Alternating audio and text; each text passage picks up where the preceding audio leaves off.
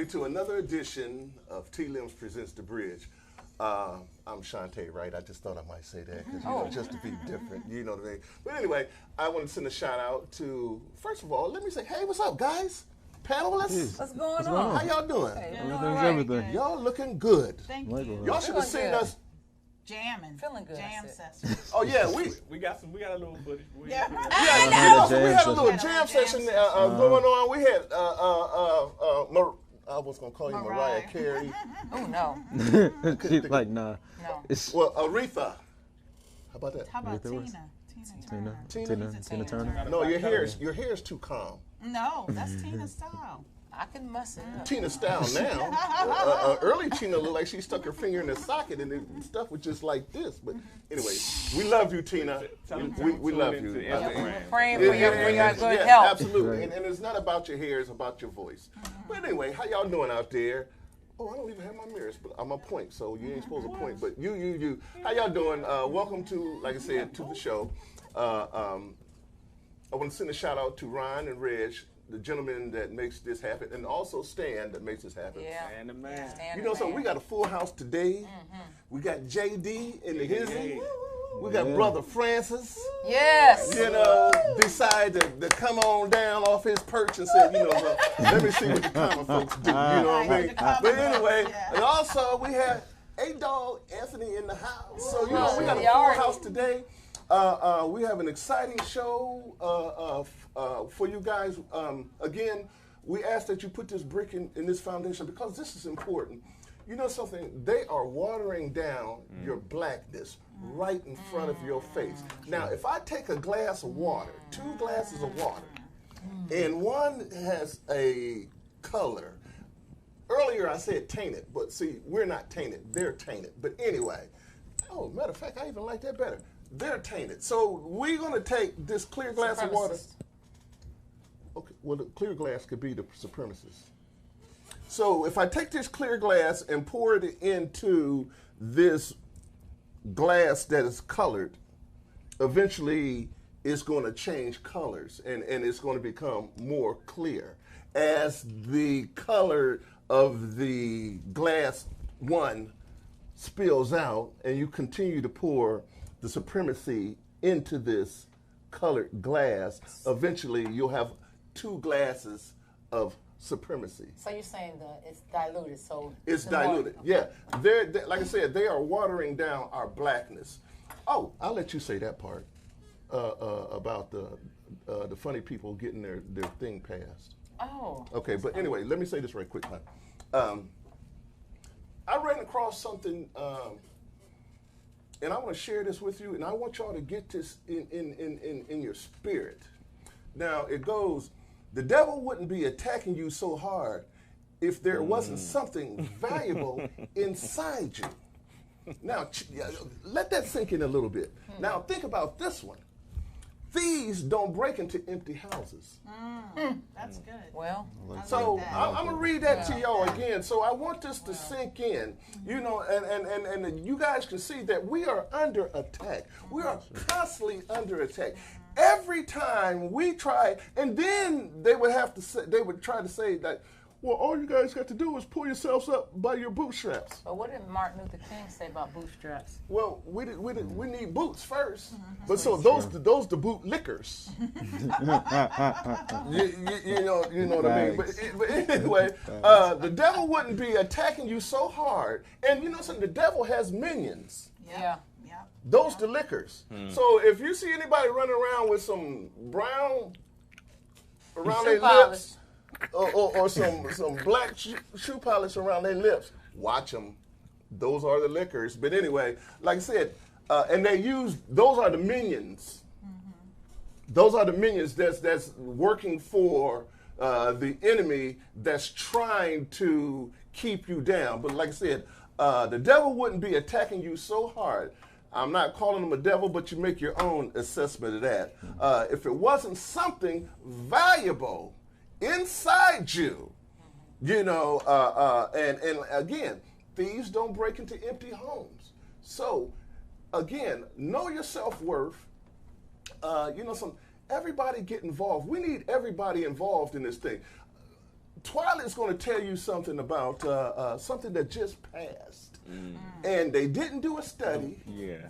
They didn't do a survey or whatever they call themselves doing for us in our reparations. But yet and still, you know something, they got legislation passed in the House. Now, I say that I'm glad that they did it because, you know something, it's showing the world how corrupt that they are. And so now, you need to get on point and on page with what's going on. Get your derriere off the couch and get involved. It's affecting you, it's affecting your children, it's affecting our future, it's affecting us as a people. Now, if you sit there, you know something, you ain't even got to have no brown shiggity around your mouth. You're not a liquor. I can't think of another analogy if you're not a liquor. I got it. Okay, she got it. Sell out, perhaps, maybe? No? Silence means consent. Complicity. So if you are not speaking out, if you're not doing anything, you're even more guilty because you're watching it and you're getting popcorn view. Exactly. So what happened this past week while everyone was looking at everything else that was happening, while everyone was talking about, El Paso and Dayton and how they let the El Paso shooter be brought in alive, all the SWAT team come in, but they can shoot unarmed black men, women, and children, and they're on the ground, no weapon, handcuffed, and they'll shoot them, and it's called a justifiable homicide. I still haven't figured that one out because I looked in the dictionary, and the dictionary definition didn't match what they assessed. Who are they? The persons that are individuals that are in charge of our authorities, our legislative branches, yes, you too, and your law enforcement's local and municipal areas. This past week, they passed the gay reparations bill in the House, and it was and dig this, no study, and it was unanimously passed. Not one person, and it was up and down vote. Tell them too how they voted. It was it was oral vote. You say yes or no. So there's no record of what person. So you can't go back in history and say, well, this person. But we can really. You just have to say, oh, it was an oral vote, and this person can always say, well, I didn't orally say anything. But no, you lied because the record shows it was unanimous. No one. That means Republicans and Democrats. How many times I keep telling you all there's no party that is your friend. You have allies for seasons. But in this season, we don't have an ally in either house. So don't make any mistake about it. But the thing about it is that the reason why they gave this $67 million payout, which will probably be more when it's over done, if it gets passed in the Senate, $67 million, because what they're saying is that gay people were discriminated against because when they call themselves being married, how some states said, no, you can't be married, and they go to a different state and they have this ceremony, and then they file their taxes. Well, the federal government said that you had to file as single and not married. And so what they're saying is that they were discriminated against. Wow. Let that one sink in. Yeah. I want you to Wow. swallow that. Hold on. And they only been out the closet for what? Not long enough. 20 years? Not 400 yeah. years. 20 years versus. How about this? But see, this is what happens when you have people like Sheila Jackson and the Congressional Black Caucus and Nancy Pelosi and all them parading over there in Ghana and going to the slave castles. That meant something to me. It meant nothing to you. I don't care how much you cry, how many times. No. You put on the cloth and you put on this, it meant nothing to you. It was a photo opportunity. Because if it meant something to you, you wouldn't be looking for the camera every time that you were doing something. You staged up your activity. Oh, yeah, I got the report because I got my boy over there, boots on the ground right now. And he came back in town a couple days ago. And we rapped about this, and he got the receipts now, because you know how we roll here. So Nancy Pelosi, just weeks earlier, was against these 4 women, called themselves a squad. Now they're over there grinning and shucking and jiving and stuff like that. Full of fake. So Sheila Jackson Lee reads, as I told you, the H.R. 40, this study, this request for a study. And she reads it to the Ghanaian government. That should have been read after something was passed. Because while you're over there, you still didn't have enough votes to even get it on the floor. On the floor. when you have a proposal, what you do is you propose something, then you have to get supporters for that bill. And then after you get supporters, then you go ahead and then it's called a markup. And then they mark it up, means that everybody takes a look and says, I support this, but I want this change, I want that change, da, da, da. Then if it gets marked up, then it goes to the floor. Then and once it's presented to the floor, the House can either vote to pass it or not, or they might attach a rider, which you call that pork. And if it doesn't get passed in the House, it doesn't go to the Senate, and it's dead in the water. Well, you don't even have enough people to even bring it as for a markup for support. And so what you're telling me, there's more gays than black people. What I'm telling you is that I'm just saying. What I'm telling you and what I'm telling everybody is this: what we know for years. Wake up, and not just wake up and move around. A person is laying in a hospital bed, wakes up.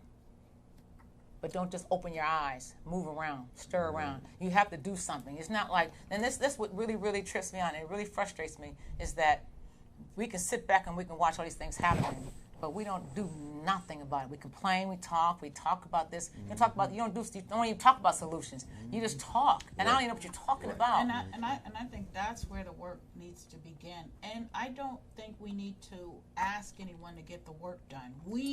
As you always say, we have to collectively come together and get those people out that did not push that bill for reparations for us on the floor. We need names, and we don't need to vote for them because they do not have. But you know what? Especially when they can vote for this gay. I was shocked. When you told me this, I was absolutely shocked. Yeah. And politically, whenever I see, no offense to El Paso or any of that, but whenever I see stuff happening like that, it makes me wonder what's behind it. I said the same thing last. What's going on that they're doing, that they're going to pass, that they don't want any.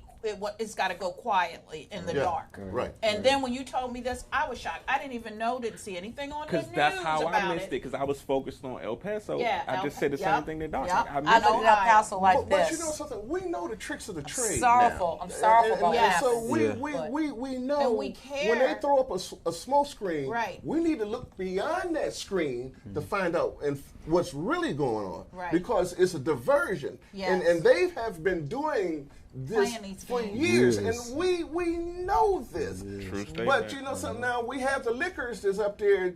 They like to throw up, like you were saying, entertainment, or they'll sidebar you with some. I'm not saying El Paso they planted, but you know what I mean. They put all this focus. You don't know. You know something? You're right. You don't know. These are some deviant people up there, man. You don't know. You don't know. And this is the thing about. And I'm gonna say this, and then I'm going to present our guest for today because he's such a dynamic gentleman.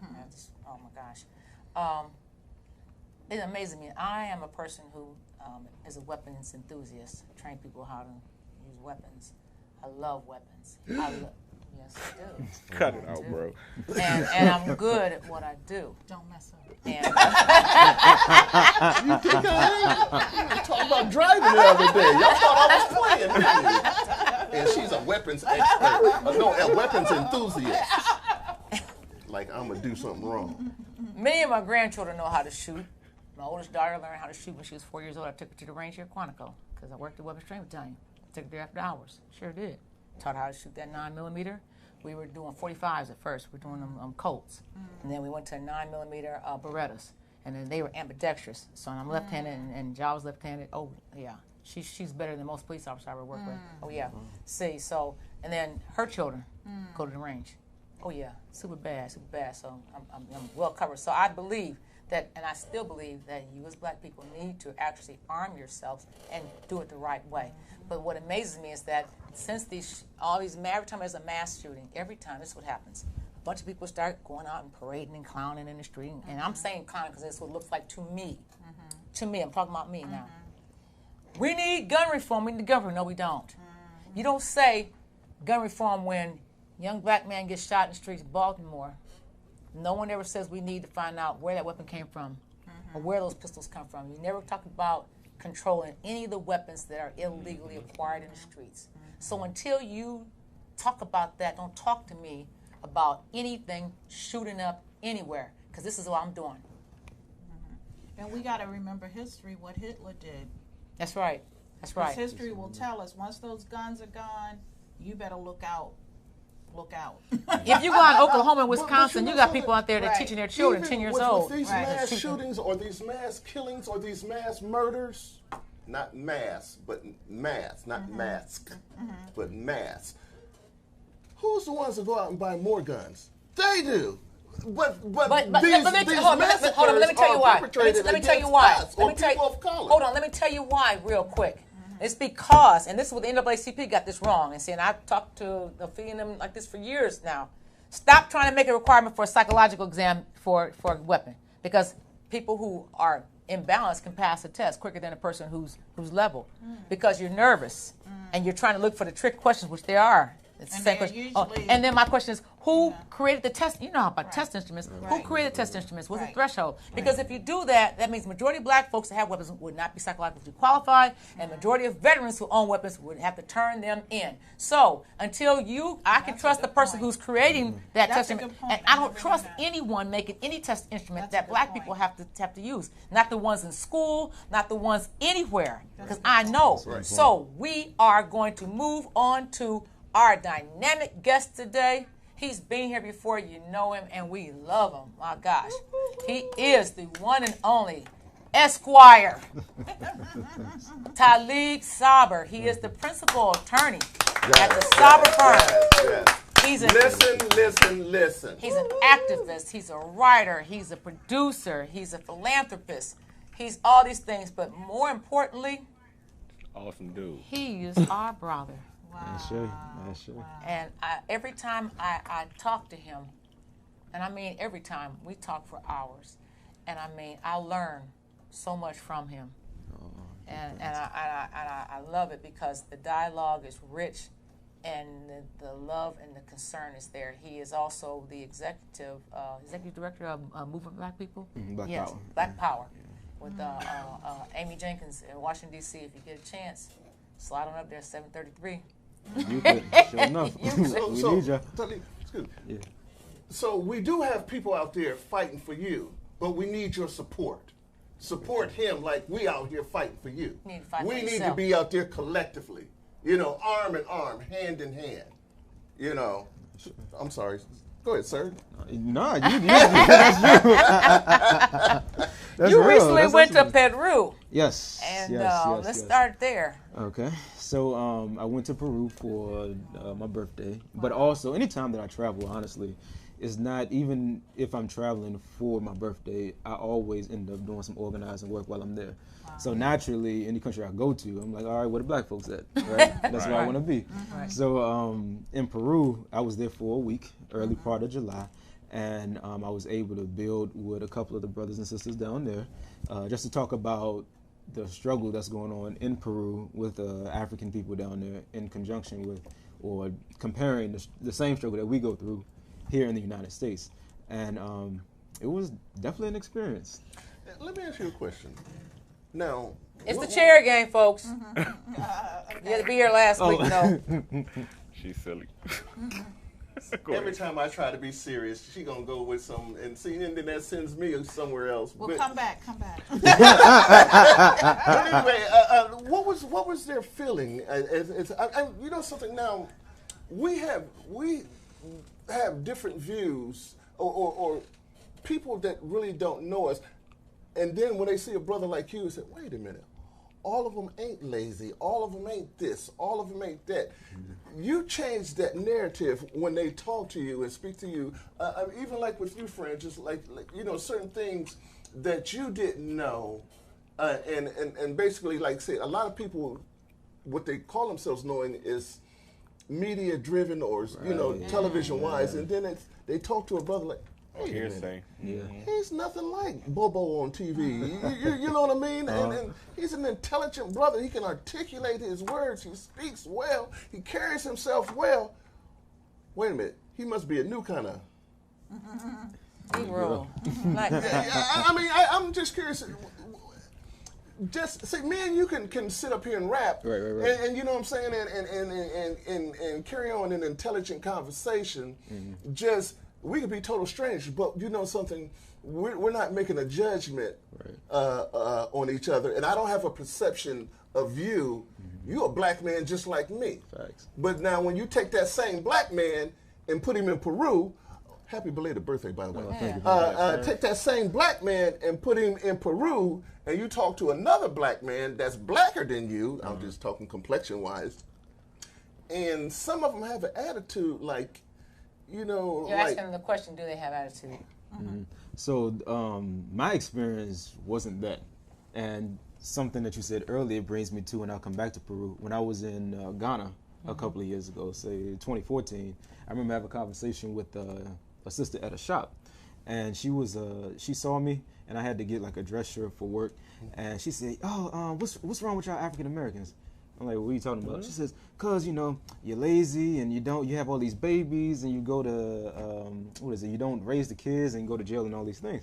And I asked her, I said, well, where did you get this from? She said, I see it on the TV in the media. I said, okay. And at the time I was in law school. So I told her, I said, well, if that's the case, then clearly you shouldn't have this shop. You should have Ebola or AIDS. You should have no running water and no electricity at all. And live in the jungle. Exactly. yeah. So it was at that point that she understood exactly where I was coming from, and the fact that we got to understand that we don't control the media. Yes. Black folks don't own the media. Yes. Right. So it's like we're not controlling our own narratives. Yes. So going to Peru was different because I think Africans that are in the diaspora, black folks that are born in the diaspora, have a similar experience in comparison to some of the brothers and sisters on the continent. And in Peru, so it's 32 million roughly of just Peruvians. Of that 32 million, 4 million are black. So their experience was that of being invincible, not being noticed at all, right? And so you go through the same type of issues as it pertains and relates to race, maybe not as prevalent as we do, with the police brutality and some of those things, but a lot of racism is institutional. So like the same policies and all those things, they are still affected by. But my experience being there was that of invincibility. Like you will walk around, it's like people literally don't notice you or don't see you at all. And then you're not talking about people who are like the whitest of white per se, because a lot of them are Inca descendants, so they look more indigenous. But and now mind, there are a lot of white folks there, but just walking on your every day-to-day type of thing, it's like you don't exist. wow.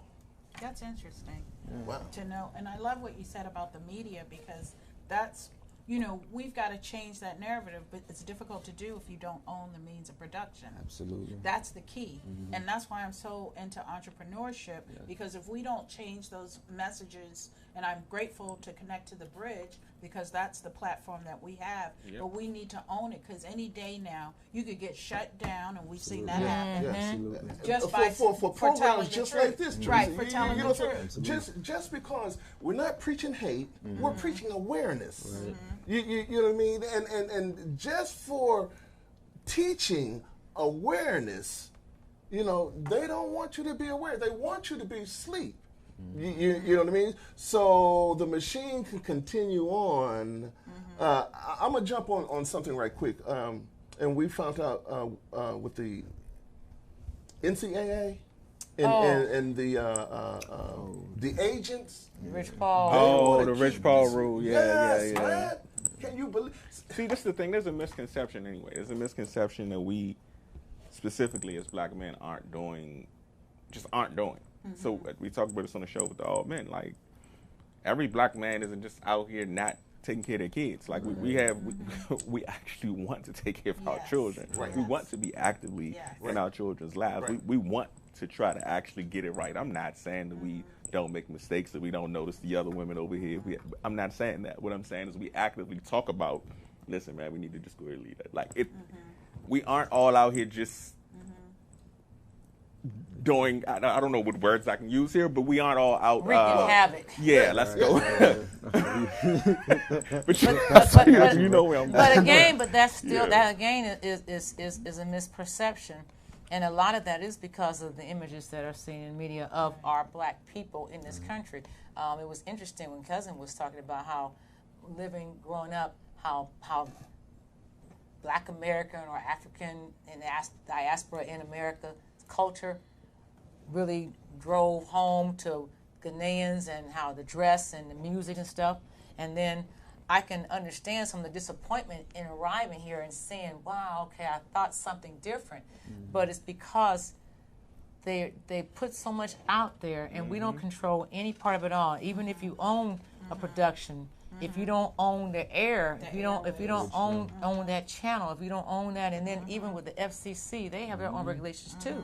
You see, and I remember working at a radio station where the FCC wasn't happy because I wouldn't put people live on the air for the show. I said, no, I'll take their calls and then I'll say what they want to say because they're not going to mess up the show. That's how I felt because I'm not going to do all the nonsense on it. And they were looking for, the ratings were higher than the other shows that put all the garbage on. So, but having always to deal with that. So when you're talking about going to Peru and seeing, I guess, Afro-Peruvians is what we term them to be, and then being invisible, oftentimes we don't think of Africans in Peru, but we do know that we got dropped off. I will tell you, look out for this book. It'll be coming out, well, let's see. December. Not that one. That was coming out too. But the other one is we're traveling around the world and we're going to different slave ports. Oh, and nice. I'll put the title because I already got it. I already got the copyrights for the title. It's called Our Blood Soaks the Soil. I like that. And so we're traveling around and we're showing all the different places where we got dumped off, like in the Philippines and in Cuba and Puerto Rico and all these different places around the world until it ended up in South Carolina and in Alabama. And related to that, Twala, when you're talking about Peru, is we fail to realize we were here first, even in England. Exactly. And I think that's my problem with that conversation. And one of the problems I have is that we have not taught our children about the historical perspective, and the black man was here first. Bottom line, if you knew that he was here first, and he created these great monuments that we see even amongst the Incas, and you see all of this, they don't look Caucasoid, the Caucasians or any of that. They have Afrocentric features. Well, but on Mexico, same thing. And so my question to you is real quick, is educating. How do you think what I think is the massive fail amongst black people in America and the African diaspora is we're not educated. We don't even own the means of production or control of educating ourselves. How do you see that going forward? Do you have any ideas? I see you have France Fanon's book there. So you want to talk a little bit about that? I think that's a perfect segue. It's like you read my mind. So I'm currently creating a foundation that will cater to just that. Okay. So I noticed that a lot of people doing my research, a lot of our youth particularly, don't have the don't travel. Let's just say a lot of black folks don't travel. So, exactly. ABX. Right. So when I go to, say for instance, when I was in Machu Picchu, and I'm gonna come directly to your point. When I was in Machu Picchu to see like the ruins, I remember being in a line with a brother of mine, and we were the only ones. Now, mind you, that line had to be maybe a half a mile long. Wow. We were the only ones black in that line. Wow. We talking about, we got people from Kentucky that was there, you got people from North Carolina, people from Italy, people from France, all these different variety of white folk, but only the entire time we were there, we may have seen maybe 5 people in that particular area. But going back to the foundation, so I'm creating a foundation to where I'll be able to take some of the children around the world to add, so we're not just reading it from a book. You actually can go to these different sites and experience it, you know, because I think that's one way that we are able to kind of educate us as a people, and then also all of us who do travel to be able to come back and to tell the stories, you know. But we have to, one thing that we have to do is institutionalize it, because we can't just have these pop-up shop type programs, but something that creates a legacy that continues generationally. Right. You know, just the piggyback off what you were saying, and a lot of us elders or adults don't know, so we can't teach. But again, I work in D.C., and this time of year, or well, actually the latter part of the school year, I notice these groups of white schools coming down to learn the monuments, and they do the little tourist thing. And I was curious, and it hit me. I said, I don't see, and this is after years of seeing this happen, I didn't see any black schools down here doing the same thing. So it made me approach this one lady.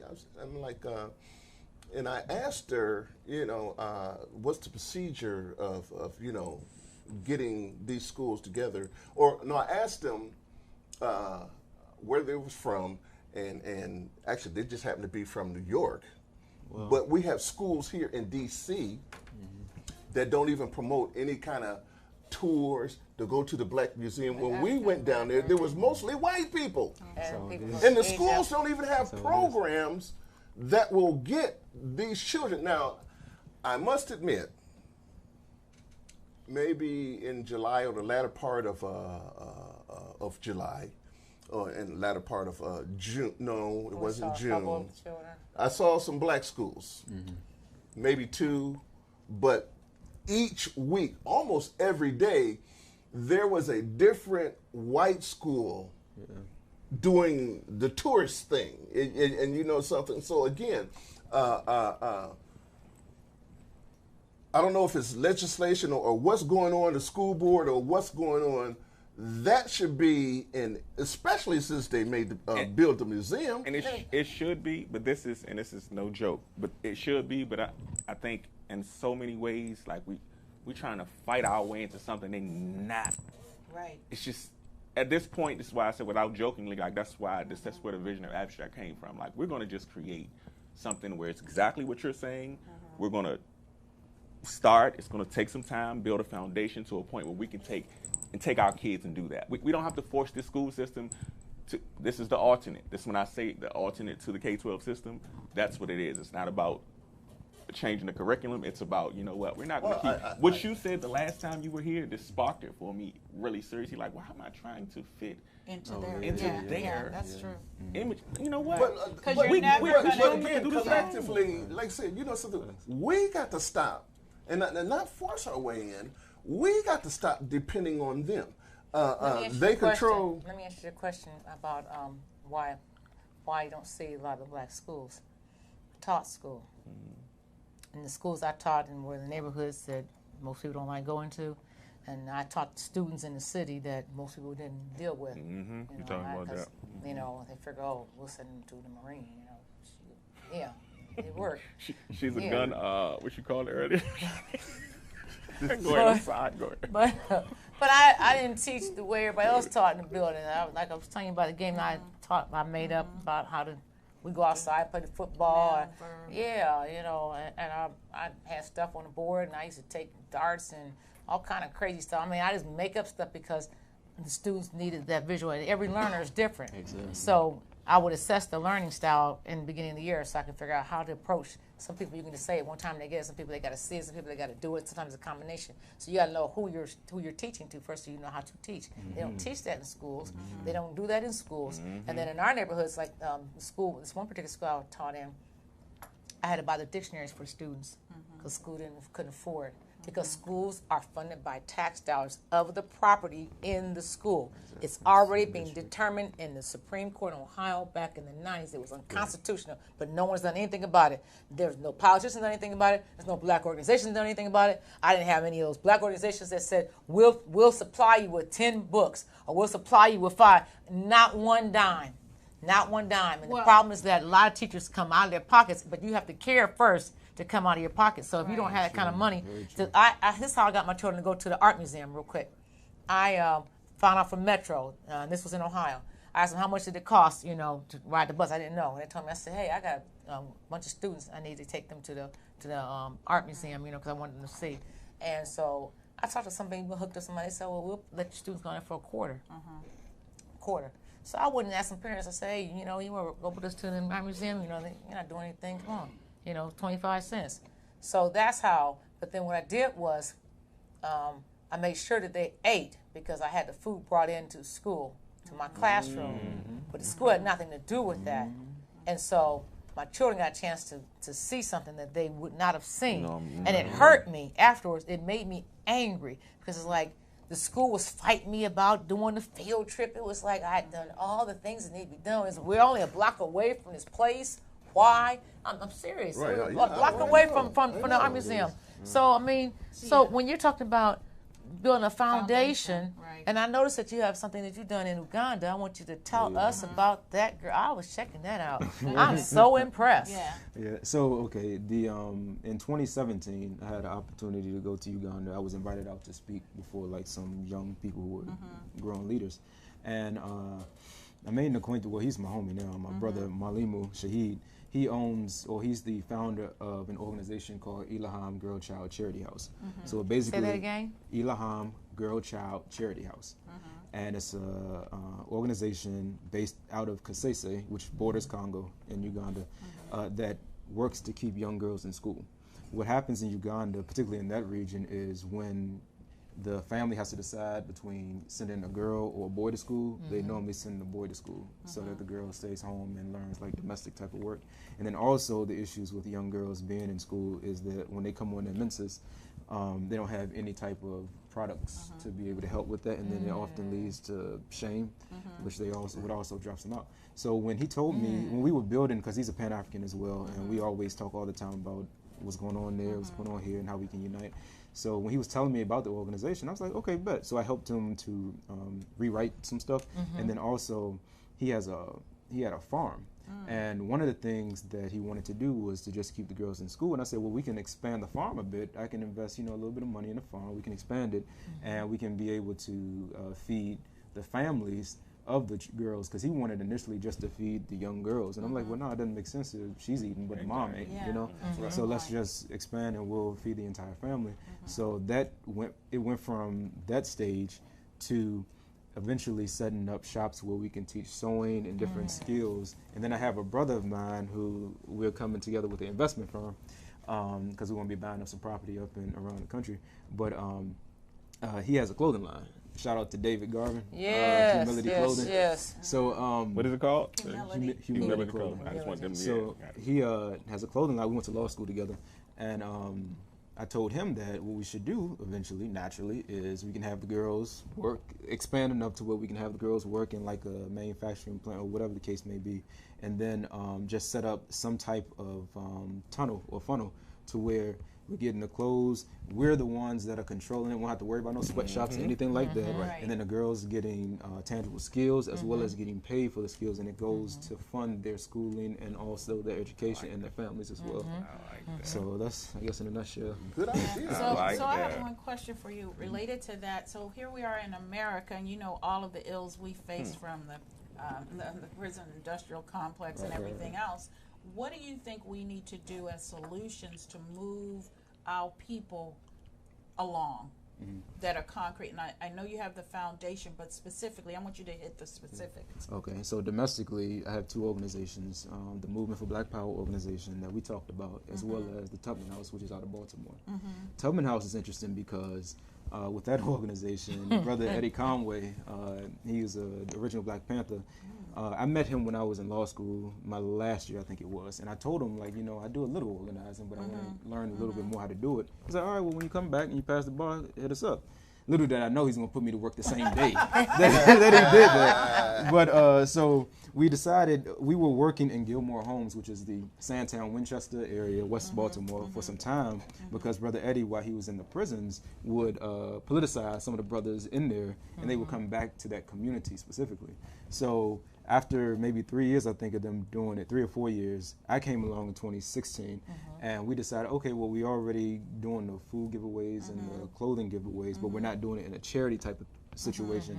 We needed to set up shop someplace to be able to operate out of. Right. So we identified this one building, or rather, it was like a row home. I wanted him to tell that story. Yeah, so we identified like a row home that was in pretty decent shape in comparison to the tree that was going out the house beside it. And so we went to the city and we said, okay, Baltimore, can we get this building? Because we're doing the work that y'all claim y'all want to do. Right. It's like, oh, nah, you can't have it. So we said, all right, well, we can raise the money for it. We got some, different partners and all this and that. Like, nah, you can't have it. So we said, okay. So we went inside, we changed the locks. We painted a beautiful mural of Harriet Tubman on the inside, and we called all the camera crew and said, hey, this is what we're doing. This is ours now. And because they were shamed so bad, they eventually rolled up on us like after the last camera person left. And he's like, whose house is this? What are y'all doing? Da, da, da, da. And he's like, look, we wanted to negotiate with y'all. Y'all didn't want to hear it, so we did what we needed to do. And this is it. So that has expanded. So eventually, we expanded from that particular house to 1, 2, 3 lots down, and we set up. What part of Baltimore? West Baltimore. Okay. Yeah. So we set up. So we farm on that area now. So now you actually have vegetation, and that's smack in the hood too. So you got, it's a food desert there.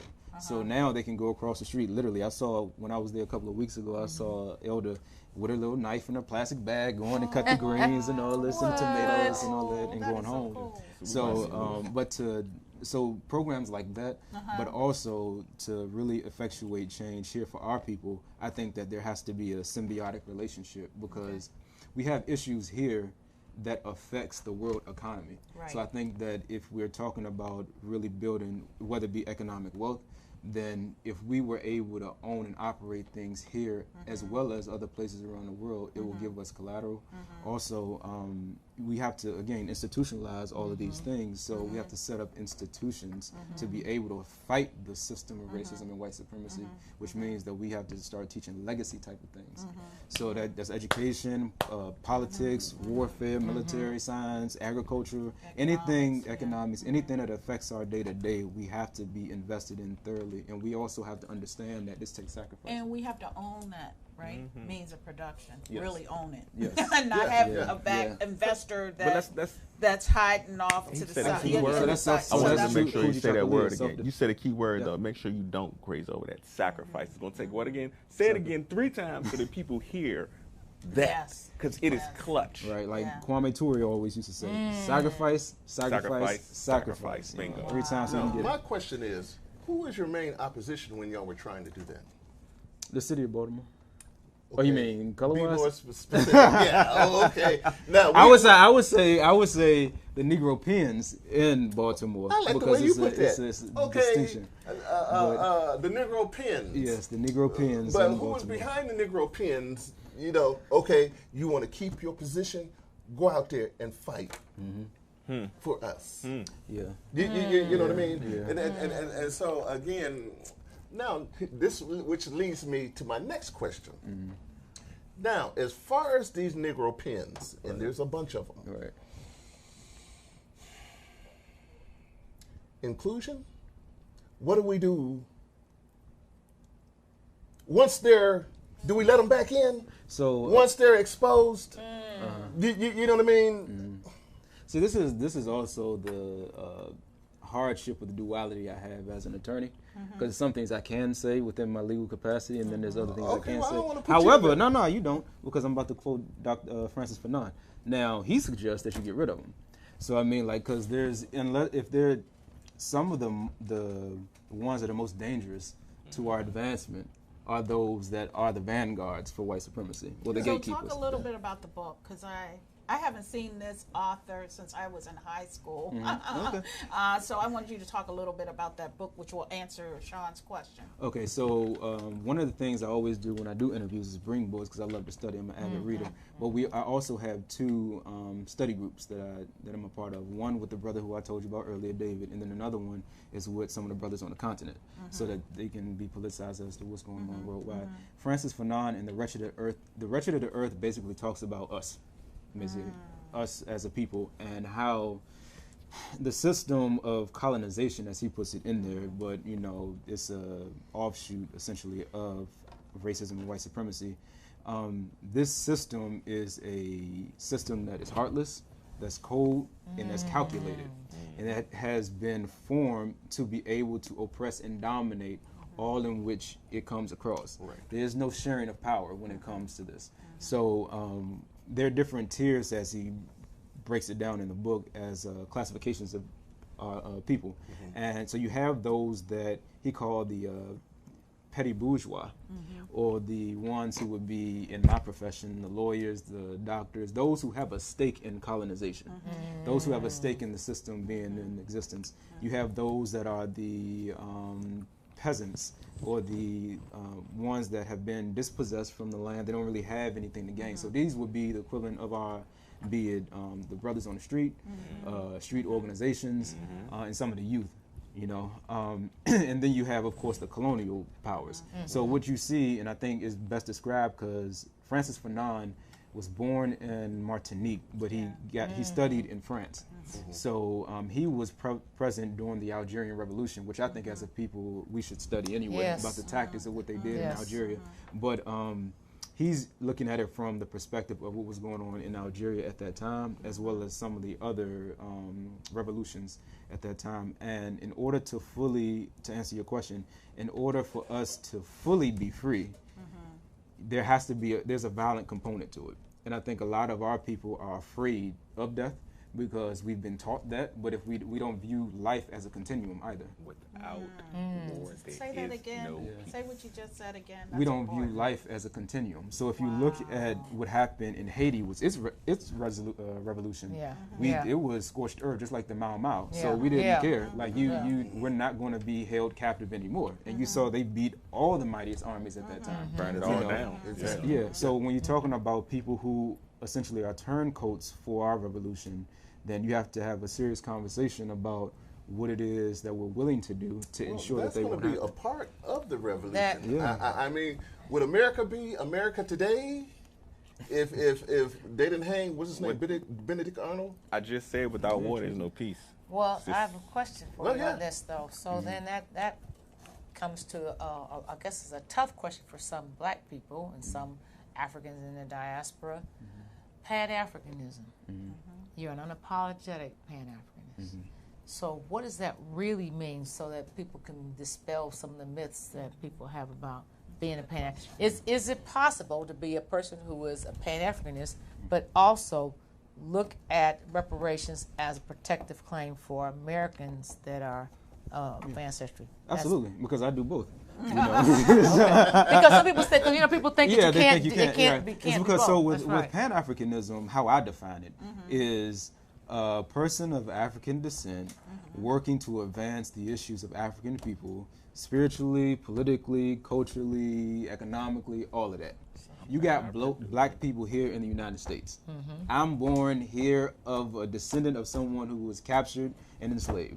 There's no getting away from that. You know, I can't theorize around that. I can't do any of that. Right. So I can still advocate for reparations as it relates to us, and then on the other hand, I can advocate for reparations as it relates to anybody else within the diaspora or on the continent.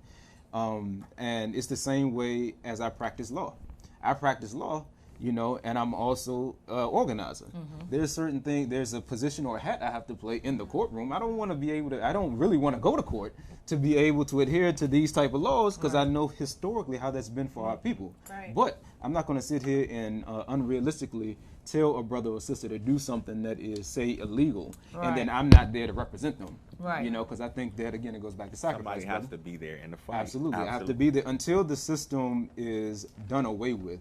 We have to work with what we got here, right? And then as we're working, it's like you're beating against the belly of the beast on the inside, us here, and then you still throwing rocks on the outside because we need both. You know what I mean? And then once that system transitions, then it's like, okay, well, we're working this entire period now, we're working to transition that system. So once it gets here, we don't have to worry about what has happened so many times in history before, where you see the destruction of a colonial system, and then you have the same, and he talks about it in the book, you have the same minions of that system to just be the black faces of that same system.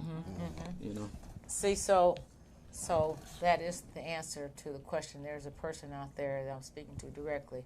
And when I told you that that's how I feel, I'm sitting next to someone who also has the same vein, because that's what we need. Let's Buy Black 365. Yes. Talk to us. So Let's Buy Black 365. So a year ago, me and the sister Nataki Kanban, shout out to the queen, I think she's in Ghana now, but we had a show where it was called Connect TV by Let's Buy Black 365. And it's basically a black economic empowerment movement show that identified and highlighted black people everywhere in the world that was doing something positive. One of the things that we often face as a people is just the negative connotations in media. So even when we have black folks that are in media, the mainstream media that is, there still is some sacrifice. So it's like, all right, well, and we can take it to music and be like $150 with it. there's some artists that are out there, for instance, that, you know, are like some banging good artists, but they still degrade women. So it's like, you know, we wanted to create like a platform to where we could have an alternate reality, if you would, that would show you in the most positive light and say, this is achievable. You know, you can do this. You know what I mean? And this is what it would look like. So it's a movement. The show continues on. Because I'm a practicing attorney, I couldn't be on the show past the first season, but we have partnerships with a whole bunch of different black organizations and you know, different revolutionaries, activists. It's a Pan-African organization that's in media. And I think you said something that you've got various organizations, but you've got to come together on those things that you care about and that are similar. One aim, one goal. You want to talk a little bit about that? So that's the key. Yeah, unification. So you have the one aim, one goal, one destiny. You know, so we can have. So for instance, I practice traditional spirituality. So you can have someone who is a Christian. You can have a Muslim. You can have someone who's Ifa. You can have somebody who practices another tradition. And we keep, like Malcolm X used to say, you keep your religion, you know, in the closet with you, because when we come together for this black nationalism or advancing this agenda that we have as a black people, then we on one accord, you know, because when you, and I don't want to compare, but when you're looking at Europeans, the Polish don't like the Germans, and the Germans don't like the French, and the French don't like Spain. But when it comes to your black behind, they get together and they say we on the same page. You know what I mean? So we have to do that. Can hate each other. And that's why I said unification. But when, like you said, when they come together, you know, against our black behind, they will come together but what they fail to realize, or what we fail to realize, is why. There's more of us. There's more of us worldwide than them. So if we should ever but we're reach that bridge. This is the crazy thing. We're so powerful and don't realize it at times that we spend so much time competing with one another. And I started to realize that just kind of, you say prayer, meditation, and focus. You just kind of watch for a second. We walk around. Even when I walked in here with you guys, you walk in here and it's just, you can feel the energy. Like, you guys know this is not what she does. She's not a singer, but she has the talent. We know power exists in us, right? We just don't know how to access it all the time. But with that power, it comes sometimes where I see my brother and it's like, well, your power is not stronger than my power. Let me show you. So we spend more time at each other. But because of the media messages, that's what we're trained to do. Exactly. And I was about to say, that's like a key component of Americanism too, is the individuality. So one of the things that they did when they kidnapped us and brought us here was to strip us of the culture and the language and all those things. So I don't see you as a brother. Right. You know, I see you as a competitor, because we're in a free market. So free trade, which means that I compete with you.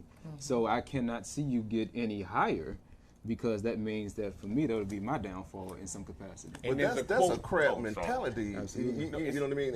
And that's what we need to break. That crab mentality. Give an example. One of the black organizations that I'm not affiliated, but I look at, you know, on Facebook.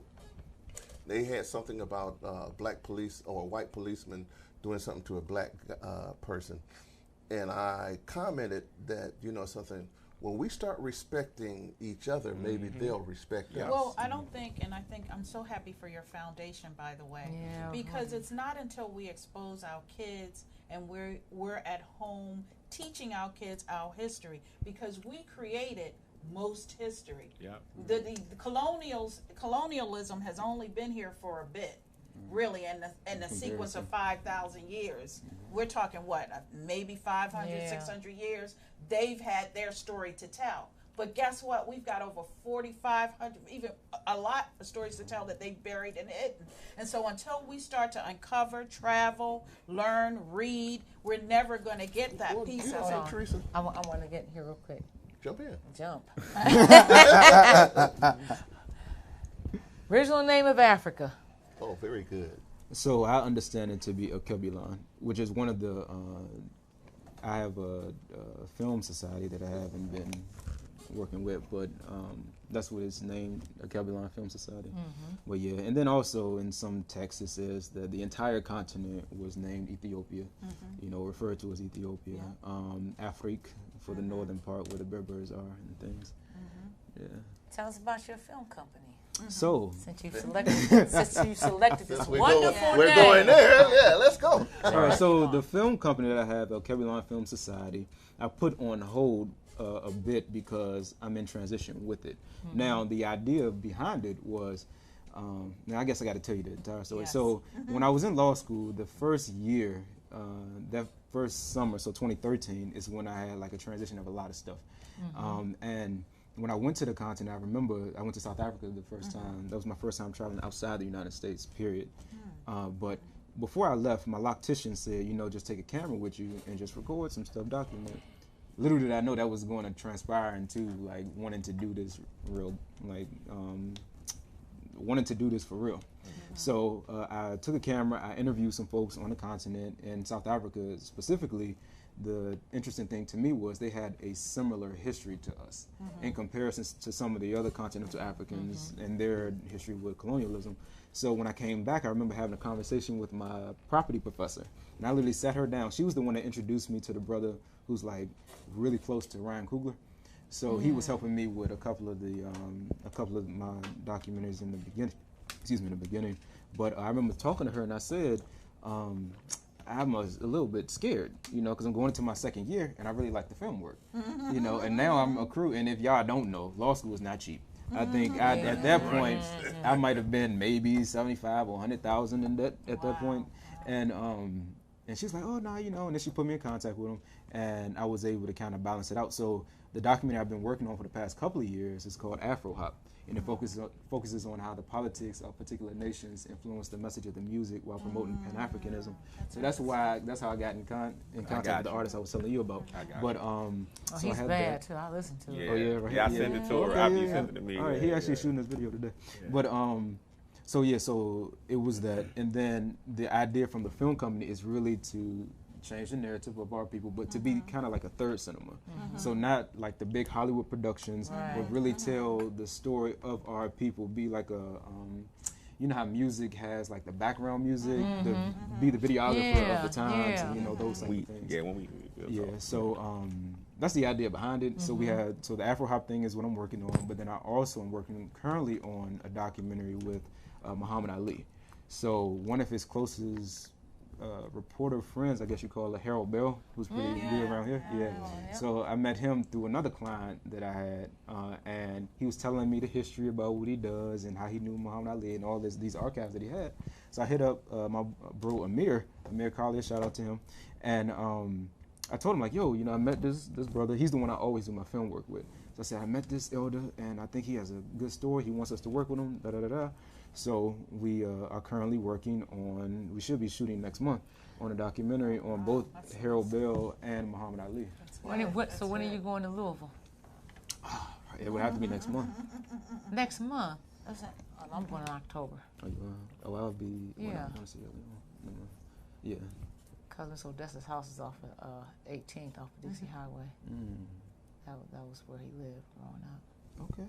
Yeah, so let me know. Yeah. All right. Absolutely. Are you sharing that with everybody? Cause y'all yeah.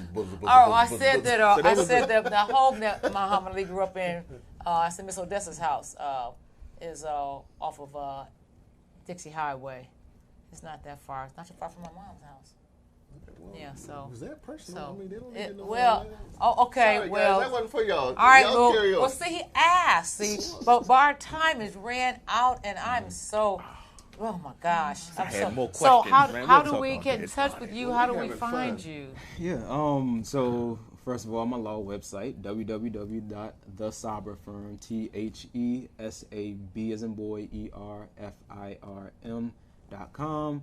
I'm on Facebook, TAALIB, TAALIB, SABER, Instagram at TAALIB_S. Where else? My YouTube page is The Saaber Firm. I have some dope interviews with a couple of artists out there on there, and I think that's it. Well, let's see. We got enough time? Because also, run that back again. You know, some people write slow. Oh, they can just watch the video over again. Okay. There you go. Tune into the bridge, and you can get that information. So find us on Connect to the Bridge and YouTube. Find us on Instagram. Find us on Twitter, Twitter, yeah. capital T, dash, capital L, capital I, capital M, capital S, T, limbs. And our website's connecttothebridge.com. And you can contact us at connecttothebridge@gmail.com. And so with all that, I can tell you, we thank you for coming Thank you for today. inviting me. Thank you so much. Thank you so much. Thank you so much. This will not be the last time. We're going to be working together because we're all here for the same purpose. And that's for the advancement of our people. You know what I mean? Throw your ego to the side and let's all get involved in this because it affects you. Right. Well, I think that wraps everything up. So then let's get it like we always do. Ron, take us home.